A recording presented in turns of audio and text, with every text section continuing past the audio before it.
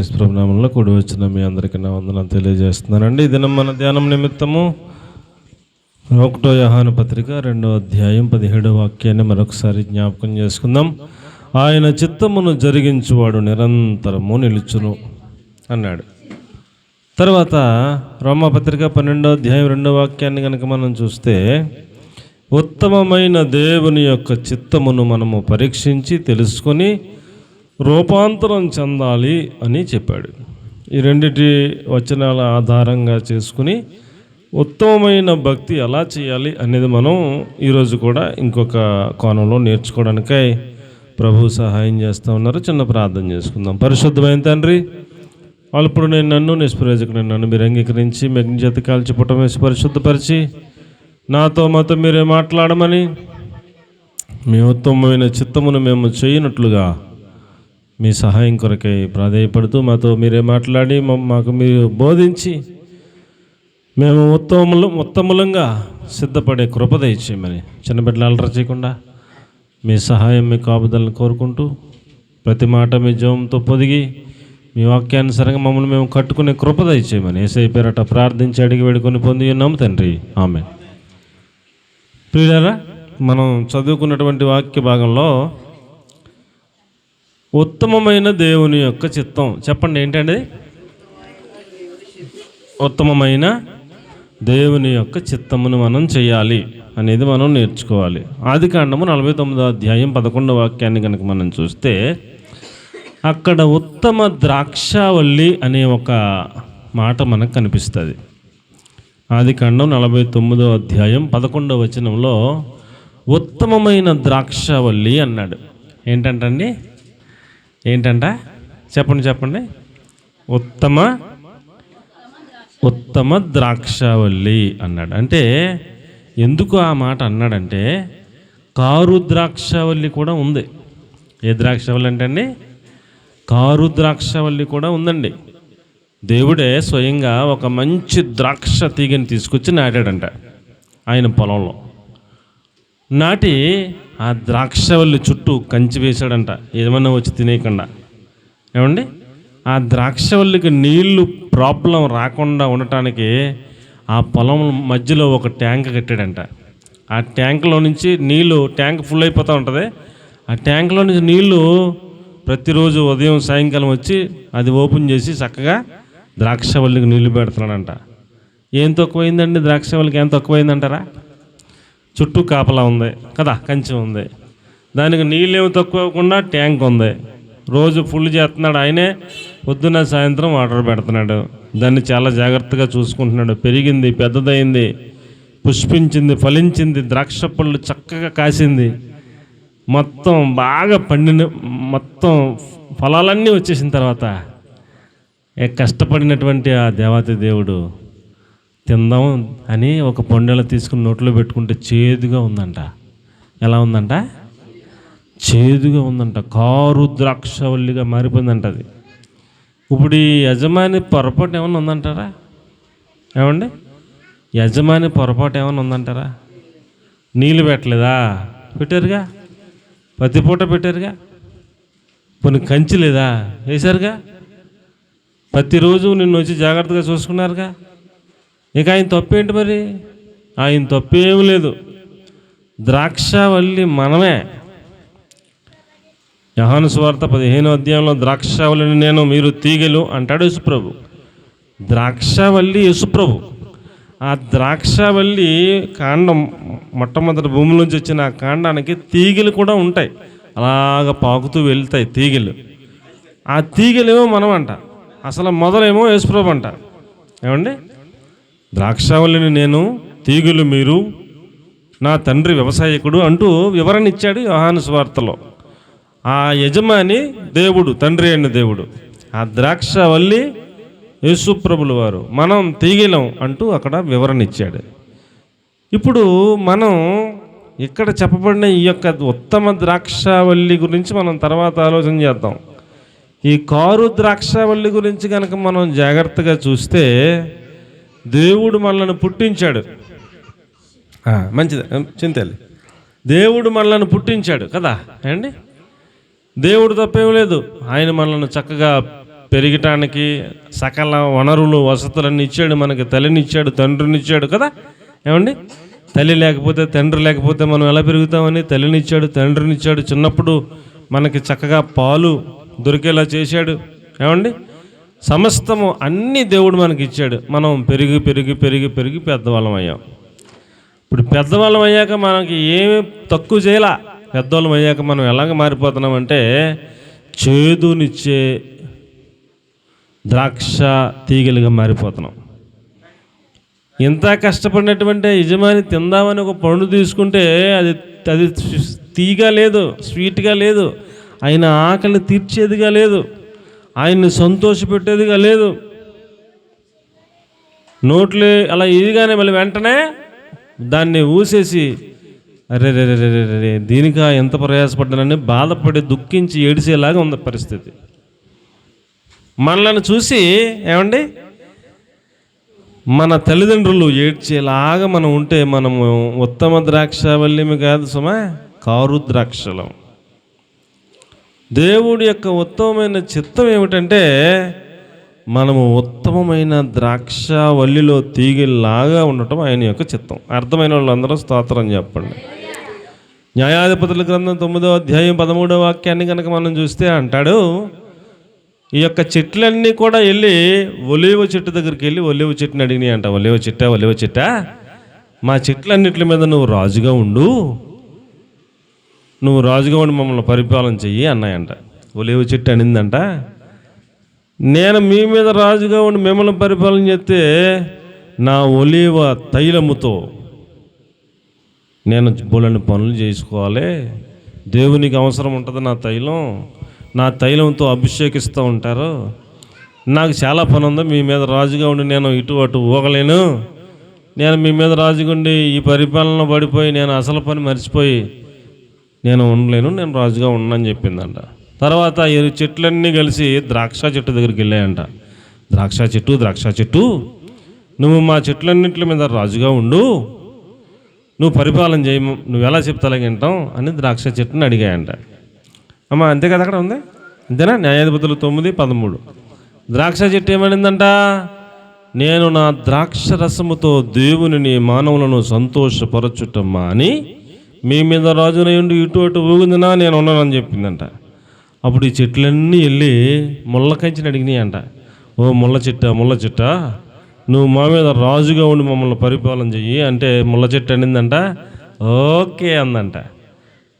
మీరేమన్నా తేడా పాడు చేస్తే నేను మిమ్మల్ని అందరినీ బాగా గుచ్చుతాను నా ముళ్ళుతో అందంట.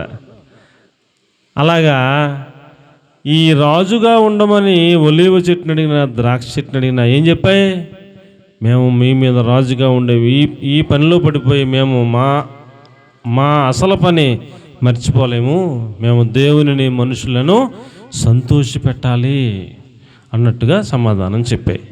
అది ఉత్తమమైన ద్రాక్ష చెట్టు అంటే, ఉత్తమమైన ద్రాక్ష చెట్టు అంటే అది అర్థం. ఇప్పుడు మనం ఉత్తమమైన వ్యక్తులుగా మారాలంటే ఏమండి, నా మాటలు ఏమన్నా తెలుగు అర్థమవుతున్నాయంటారా? నీవు ఉత్తమమైన చెట్టువా, నీవు కారు చెట్టువా అనేది నీకు అర్థమైపోద్ది. ఇప్పుడు నేను ఉత్తమమైన చెట్టుని నేను ఒకవేళ అనుకుంటే కనుక నేను దేవుణ్ణి సంతోషపెట్టేవాడిని అయి ఉండాలి, నేను మనుషులను సంతోషపెట్టేవాడిని ఉండాలి. అప్పుడు నేను ఉత్తమమైన ద్రాక్ష వల్లిని, ఆ ఉత్తమమైన ద్రాక్ష వల్లిలో ఒక తీగను నేను. ఇప్పుడు నేను కానీ మీలో ఒకరు ఎవరైనా కానీ మీ ద్వారా దేవుడు సంతోషపడుతున్నాడా? అయితే మీరు ఉత్తమమైన ద్రాక్షవల్లిలో ఒకరు. మీ ద్వారా దేవుడు సంతోషపడట్లేదా? అయితే మీరు కారు ద్రాక్షవల్లిలో ఒక తీగ లాంటి వారు.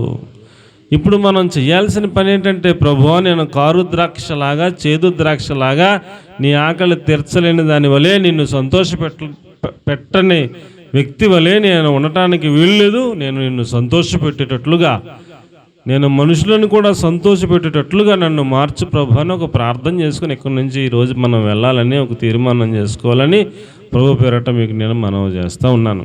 ఏమండి, ఇప్పుడు దేవుని సంతోషపెట్టాలి అంటే దేవుడు ఎప్పుడు సంతోషపడతాడు? దేవుడు ఎప్పుడు సంతోషపడతాడు?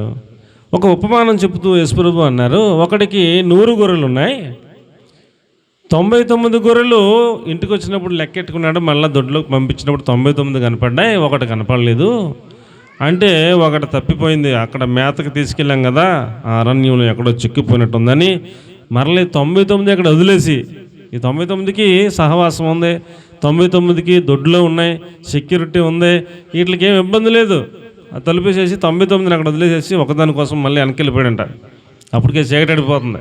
వెళ్ళిపోయి లైట్ వేసుకుని మొత్తం మీద ఎక్కడికి వెళ్ళాడో మేపుతాక అక్కడికి వెళ్ళి జాగ్రత్తగా అంత నెతుక్కుంటే ఒక ముళ్ళల్లో చిక్కుపోయిందంట. అది ముళ్ళ కంపలు ఎక్కడ. మనోడు కాపరికి పిలిచే విధానం ఉంటుంది. ఈయన పిలుచుకుంటే వెళ్తున్నాడు, ఏదో అంటాడు ఆయన. ఆ స్వరం ఆ గొర్రెకి తెలుస్తుంది, ఆ గొర్రెలన్నిటికి తెలుస్తుంది మా యజమాని మళ్ళీ వచ్చాడని. అది ఎక్కడుందో అది కూడా అరుస్తుంది. ఆ స్వరం విని మొత్తం మీద ఆ వైపుకి వెళ్ళి మొత్తమే పట్టుకున్నాడు. ఆ ముళ్ళులో చిక్కిపోయింది. జాగ్రత్తగా ముళ్ళని తప్పించుకుని అలా చేసి మొత్తం మీద దాన్ని బయటకు తీసుకొస్తాక ఈయనకు కూడా గుచ్చుకుపోయినాయి, రక్తాలు కారిపోతున్నాయి ఈయనకు కూడా. ఏమైనా సరే దాన్ని మొత్తం మీద బయటకు తీసుకొచ్చి దానికి గుచ్చుకున్న ముళ్ళని తీసి దానికి గాయాలు కట్టి నూనె రాసి మొత్తం మీద తిప్పలు పడి మళ్ళీ తీసుకొచ్చి మందలో చేర్చాడు. అక్కడ ఆ వ్యక్తికి, ఆ యజమానికి ఎంతో సంతోషం వచ్చిందంట. ఏమొచ్చిందంట? ఆ 99 గొర్రెల కంటే అక్కడ రాస్తూ కింద ఒక కొటేషన్ ఇస్తాడు యేసుప్రభు. 99 నీతిమంతులు, మారు మనసు అక్కరలేని నీతిమంతుల కంటే ఒక మారు మనసు పొందే పాపి విషయమే పరలోకమందు సంతోషము కలుగును అన్నాడు. దేవుడికి ఎప్పుడు సంతోషం? దేవుడికి ఎప్పుడు సంతోషం చెప్పండి? దేవుడికి ఎప్పుడు సంతోషం? ఒక వ్యక్తి మారు మనస్సు పొందితే సంతోషం. ఎప్పుడు సంతోషం అండి? తప్పిపోయిన వాడు తిరిగి దొరికితే సంతోషం.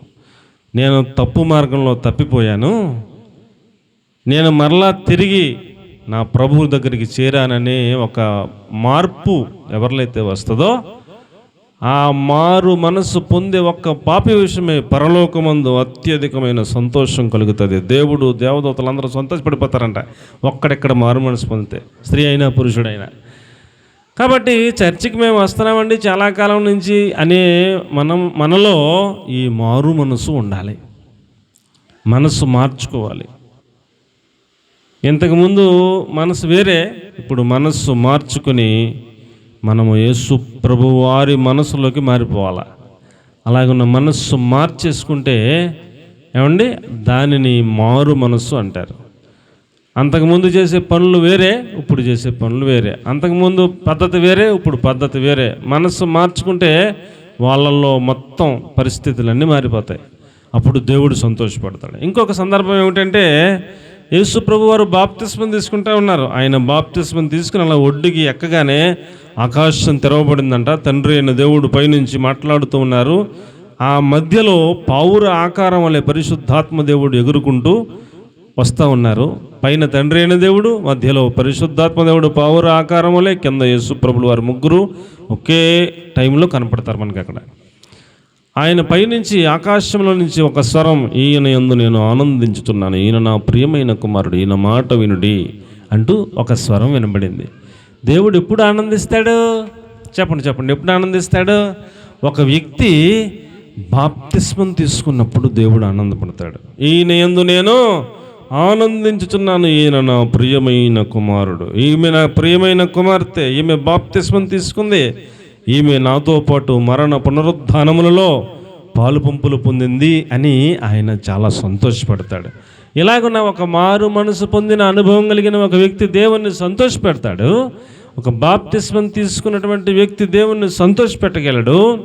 ఇంకొక సందర్భం, ఇవన్నీ వాక్యాలు చెప్తూ వెళ్తే టైం సరిపోదు, చాలా టైం అయిపోద్ది. అందుకని నేను మామూలుగా చెప్తున్నాను, మీరు గుర్తుపెట్టుకోండి, ఆ మాటల ధ్యానం చేయండి, ఆ అనుభవాలు మాకు ఇవ్వండి ప్రభా అని ప్రార్థన చేయండి.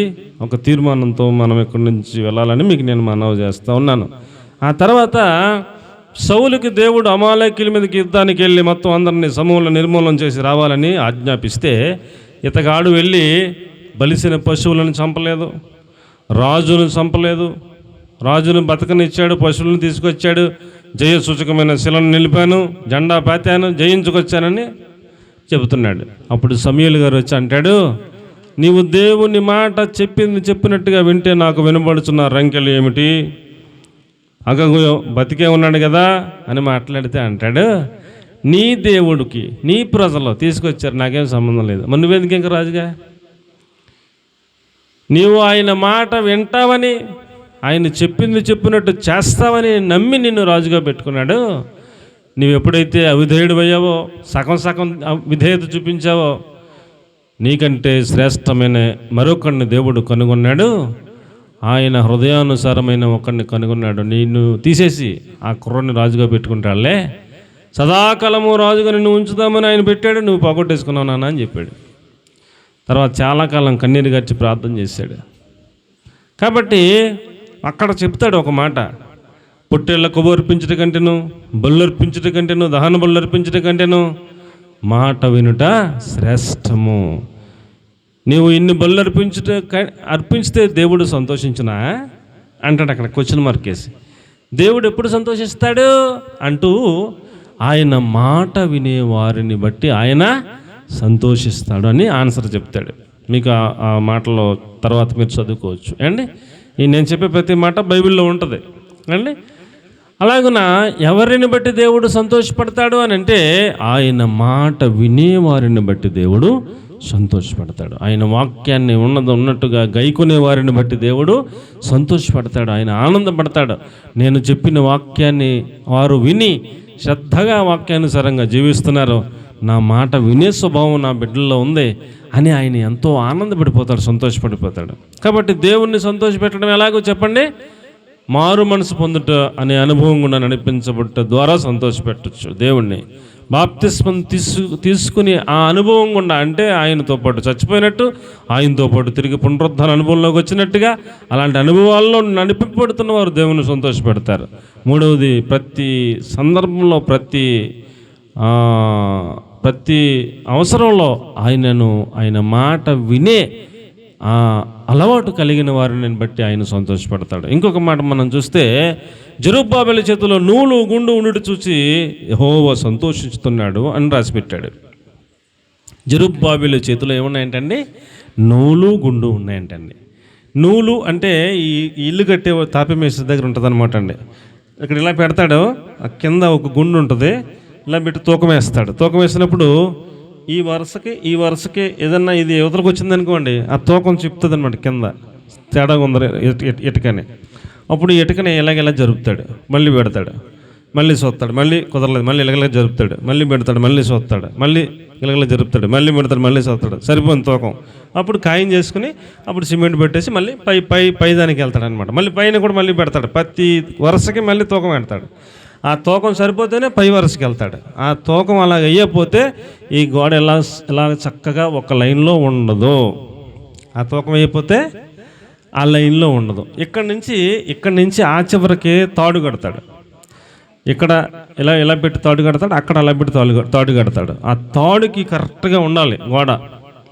ఇక్కడేమో ఇలాగొచ్చి, అక్కడేమో కొంచెం లోపలికి వెళ్ళి, అక్కడికి వెళ్ళక మళ్ళీ ఇలాగొచ్చి, గోడ చూడటానికి చిరాగ్గా ఉండకూడదు. ఆ చివరి నుంచి చివరి వరకు పట్టుకుంటే తాడు కరెక్ట్గా తాడుకి వరుసకలాగా ఉండాలన్నమాట అండి. అందుకని నూలు అంటే తాడు, గుండు అంటే తూకం, ఈ రెండు చేతిలో ఉంటే దేవుడు సంతోషపడతాడు. దేవునికి స్తోత్రం కలుగును గాక. ఏ వరుసకు ఆ వరుసకే, ఏ రోజుకి ఆ రోజే, ప్రతి వాళ్ళం మనందరం కూడా ఈ రోజు ఉదయం నుంచి సాయంకాలం వరకు నేను ఎలా బతికాను, ఏం మాట్లాడాను, ఏం చూశాను, ఎక్కడికి వెళ్ళాను, ఎక్కడికి కూర్చున్నాను, ఎక్కడి నుంచి ఉన్నాను, ఈ రోజులో ఒకవేళ ఏమైనా దేవుడికి వ్యతిరేకంగా మాట్లాడానా, ఎవరినైనా ఏమైనా అన్నానా, ఏదైనా చూడకుండా చూశానా, ఎక్కడైనా కూర్చోకూడని చోట కూర్చున్నానా అని ఒక్కసారి అలా గుర్తు చేసుకుని, ఏదైనా తేడా ఉందని తెలిస్తే వెంటనే తాడేసుకుని, తూకం వేసుకుని, సరి చేసుకుని, లైన్ చూసుకుని, ప్రభువా ఈ తేడా వచ్చింది సరిచేయ ప్రభువా, పొరపాటు అయిపోయింది ప్రభువా అని ఏ రోజుకు ఆ రోజు సరి చేసుకునే లక్షణం, క్షమాపణ కోరుకునే లక్షణం, నీ ఆత్మీయ జీవితం అనే కట్టడం ఏ రోజుకు ఆ రోజు సరి చేసుకుని, గుండేసుకుని, నూలేసుకుని కట్టుకునే ఆ క్వాలిటీ ఎవరిలో అయితే ఉంటుందో అలాంటి వారిని బట్టి దేవుడు సంతోషిస్తాడని దేవుని వాక్యం తెలియజేస్తూ ఉంది. ఇలాగున దేవుణ్ణి సంతోషపెట్టే అలాంటి లక్షణాలు ఎవరిలో అయితే ఉంటారో వారు ఉత్తమమైన ద్రాక్షావళిలో తీగలు. ఈ క్వాలిటీ ఏమీ లేదండి, ఏదో కాసేపు వచ్చి కూర్చుంటామండి, రెండు మాటలు వినేస్తామండి, హల్లెలూయా స్తోత్రం చెప్పి వెళ్ళిపోతామండి అంటే నీవు ఉత్తమమైన ద్రాక్షావళిలో తీగవు కాదు. నిన్ను బట్టి దేవుడు సంతోషపడే విధానమే లేదు. అసలు నీకు దేవుని చిత్తమే అర్థం కాలేదు. దేవుడు నీ కోసం శ్రమలు పడి ఆయన మరణించి పునరుద్ధానుడై శిలువ శ్రమలను అనుభవించడంలో నీకు అసలు అందులో సారమే తెలవలేదు అని మనం అర్థం చేసుకోవాలి. కాబట్టి ప్రియులరా, మనం యేసుక్రీస్తు ప్రభుల వారు మన కోసం పడిన శ్రమల ధ్యానములలో మనం నేర్చుకోవాల్సిన పాయింట్ ఏంటంటే ఆయన ఉత్తమమైన చిత్తమును మనం చేసేవాళ్ళంగా ఉండాలనేది మనకు అర్థం అవ్వాలి. అప్పుడు అలాగ చేస్తే అలాంటి వ్యక్తులను బట్టి దేవుడు ఆనందపడతాడు, సంతోషపడతాడు. ఆయన్ని సంతోషపెట్టేలాగా మనం ఈ 4 అనుభవాలు కూడా నడిపించబడాలని ప్రభు పేరట నేను మీకు మనవి చేస్తాను. ఇంకా చెప్పడానికి చాలా ఉంటాయి, కానీ సమయాన్ని బట్టి ఒక 4 చెప్పాను. మనుషులను కూడా సంతోషపెట్టాలి అంటే ఏమండి, దేవుణ్ణి సంతోషపెడతా ఒక 4 పాయింట్లు, మనుషులను సంతోషపెట్టడానికి ఒక 2 పాయింట్లు అండి. చాలా ఉంటాయి, ఒక 2 పాయింట్లు. 2 పాయింట్లో ఏమిటంటే, మనుషులను సంతోషపెట్టడం అంటే ఇక్కడున్న మనలో ప్రతి వాళ్ళం కూడా, మన ప్రతి ఒక్కళ్ళకి తల్లి తండ్రి ఉంటారా? ఆ తల్లి తండ్రి ఒకళ్ళు చనిపోతే ఓకే, బతుకుంటే తల్లిని తండ్రిని ఏం చేయాలి? సన్మానించాలి అన్నాడు. తల్లిని తండ్రిని సన్మానించడం చేతకాట్లా. అమ్మ ఏదన్నా చెప్తే మాటను, నాన్నగారు ఏం చెప్తే మాటను, అసలు ఎదిరించడం అండి, వాళ్ళని దూషించటం, వాళ్ళ మీద కసురుకోవటం, విసురుకోవటం. కొంతమంది అయితే కొడతారు కూడా కదా అండి. వాళ్ళకి ఏదైనా ట్యాబ్లెట్లు కావాలి నాన్న అంటే తెచ్చే పరిస్థితి ఉండదు. బాబు నాకు బాగాలేదురా, కొంచెం ఫోన్ చేయరా డాక్టర్ గారికి అంటే ఫోన్ చేయరు అండి. కొంచెం మంచినీళ్ళు ఎవరంటే గబాల నీళ్ళు మంచినీళ్ళు తెచ్చేవారు అండి. మరి తల్లిని తండ్రిని సంతోషపెట్టలేనోడు ఇంకా దేవుని నెల సంతోషపెడతావు? అవును కదా ఏమండి. ఒక ఉత్తమమైన ద్రాక్షావళిలో ఒక తీగలాగా మనం ఉండాలనుకుంటే, భూమి మీద మనకు జన్మనిచ్చిన తల్లికి తండ్రికి వాళ్ళ మాట వినాలి, వాళ్ళకి లోబడాలి, వాళ్ళు చెప్పింది చేయాలి, వాళ్ళని సంతోషపరచాలి. వాళ్ళు చెప్పింది చేస్తే వాళ్ళు వెంటనే సంతోషపడరా? ఏదైనా చెప్పగానే గబాలను వెళ్ళి ఆ ట్యాబ్లెట్లు పట్టుకొచ్చి ఇచ్చి మంచిలు అలా అడగగానే తెచ్చిస్తే వెంటనే అలా మంచిలు అలా ఇవ్వగానే ఆ నీళ్లు తాగి వెంటనే వాళ్ళు గాడ్ బ్లెస్ యూ నాన్న అంటారు, దేవుడు నిన్ను దీవించిన కాకరా అంటారు. ఇలాగ దగ్గర తీసుకుని ముద్దెట్టుకుంటారు, దీవిస్తారు, నెత్తిమీద చేసి చేయరా పెద్దోళ్ళు అండి. చాలామంది ఉన్నారు, కానీ నాకు మనలో ఎవడండి వీడు అక్కడే వింటాడమ్మా, ఏది చెప్పినా చేస్తాడమ్మా, బిడ్డను దేవుడు దీవించాలని వాళ్ళ హృదయపూర్వకంగా దీవించేస్తారు. ఎక్కడ దాకా ఎందుకు, నేనే 3 పిల్లల్ని ఇచ్చాడు దేవుడు, 3కి చెప్తాం రేకన్ మంచిలేరా అని. మొన్న 3కి చెప్తే మా పాప గబాలు నీళ్ళు తెచ్చిచ్చింది. ఆ నీళ్ళు అలా తాగగానే వెంటనే దగ్గరికి కేకేసి గాడ్ బ్లెస్ యూ అనే పిల్లని దీవించాలనిపించింది, మనసులో హృదయంలో అలాగే అనిపించేసింది. ఒక్కోసారి చిన్నవాడు వెళ్తాడు, ఒక్కోసారి పెద్దవాడు వెళ్తాడు. ఎవరు వెళ్తే వాళ్ళని అనిపించదా? అందుకని మనం మాట వినే స్వభావం ఉండాలి, లోబడే స్వభావం ఉండాలి, వాళ్ళని సన్మానించాలి, వాళ్ళని గౌరవించాలి, వాళ్ళ అభిప్రాయానికి విలువనివ్వాలి. అది తెంగర అభిప్రాయమో తెలివైన అభిప్రాయమో అయినా వాళ్ళ మాటకి విలువ ఇవ్వాలి. ఒకవేళ తెంగర అభిప్రాయం అయితే ఇలా కాదు, ఇలాగైతే తెలివైన అభిప్రాయం వాళ్ళకి నచ్చ చెప్పాలి. అంతేగాని దూషించడం, తిట్టడం, వాళ్ళని ఎందుకు పనికిరానిలాగా మాట్లాడటం ఇలా చేయకూడదు. తల్లిని తండ్రిని గౌరవించాలి, సన్మానించాలి, వారి మాట వినాలి, వారికి ప్రత్యుపకారం చేయాలంటాడు. ఏం చేయాలంట? ప్రత్యుపకారం చేయమంటాడు. నువ్వు భక్తి నేర్చుకునే క్రమంలో మొదట నీ తల్లికి తండ్రికి నీ ఇంట్లో ఉన్న వాళ్ళకి ప్రత్యుపకారం చేయడం నేర్చుకో, తర్వాత చూద్దాం సంఘంలో దేవుడికి చేయటం అంటూ మాట్లాడతాడు. అవన్నీ వచనాలు చెప్పడానికి నాకు అంత టైం కుదరలేదు. మొదట ప్రత్యుపకారం చేయటం నేర్చుకోవాలంట. భక్తిలో ఒక భాగం ప్రత్యుపకారం. అంటే చిన్నప్పుడు అప్పుడు మా పిల్లలు 3 బట్టలు ఎవరు ఉతుకుతారు? వాళ్ళ అమ్మగారు ఉతుకుతారు. వాళ్ళకి స్నానాలు ఎవరు చేయిస్తారు? ఆవిడే స్నానం చేయిస్తారు. వాళ్ళ పొరపాటుని అంత తెలియకి టైంలో వెళ్ళిపోతే నిక్కర్లో ఎవరు శుభ్రం చేస్తారు? ఆవిడే శుభ్రం చేస్తారు. మరి రేపు పొద్దున్న ఈ తల్లి ముసలిది అయిపోతే, అలాంటి పరిస్థితి ఆ తల్లికి వస్తే, తండ్రికి వస్తే ఎవరు చేయాలా? చేస్తున్నారా? చేస్తలేదు. మరి ఇంకొత్తమ ద్రాక్షవల్లి ఎలా అవుతుంది? ప్రత్యుపకారం అంటే నీకు ఉపకారం జరిగింది చిన్నప్పుడు, జరగబట్టి పెద్దోడు అయ్యావు. ఇప్పుడు నువ్వు ప్రత్యుపకారం చేయడం నేర్చుకోవాలి, అప్పుడే నువ్వు ఉత్తమమైన ద్రాక్షవల్లివి అన్నట్టు. ఎవరో చేయట్లేదు, మనం చేద్దాం. మనం ఉత్తమమైన ద్రాక్షవల్లిలాగా మనం మారటం కోసం, దేవుని సంతోషపెట్టడం కోసం, మనుషులను సంతోషపెట్టడం కోసం మనం ఏం చేయాలి? ఉత్తమమైన ద్రాక్షవల్లి వల్ల మనం ప్రత్యుపకారం చేయటానికి మనం ఇష్టపడాలి, కోరుకోవాలని నేను ప్రభు పేరట మీకు నేను జ్ఞాపకం చేస్తూ ఉన్నాను. నేను చిన్ననాటి నుంచి చూస్తూ పెరిగాను. మా నాన్నగారికి అమ్మగారు ఉండేవారు, మా నాన్నగారికి నాన్నగారు ఉండేవారు. చిన్నప్పటి నుంచి చూస్తూ పెరిగాం. వాళ్ళు వృద్ధాప్యంలోకి వచ్చేసారు.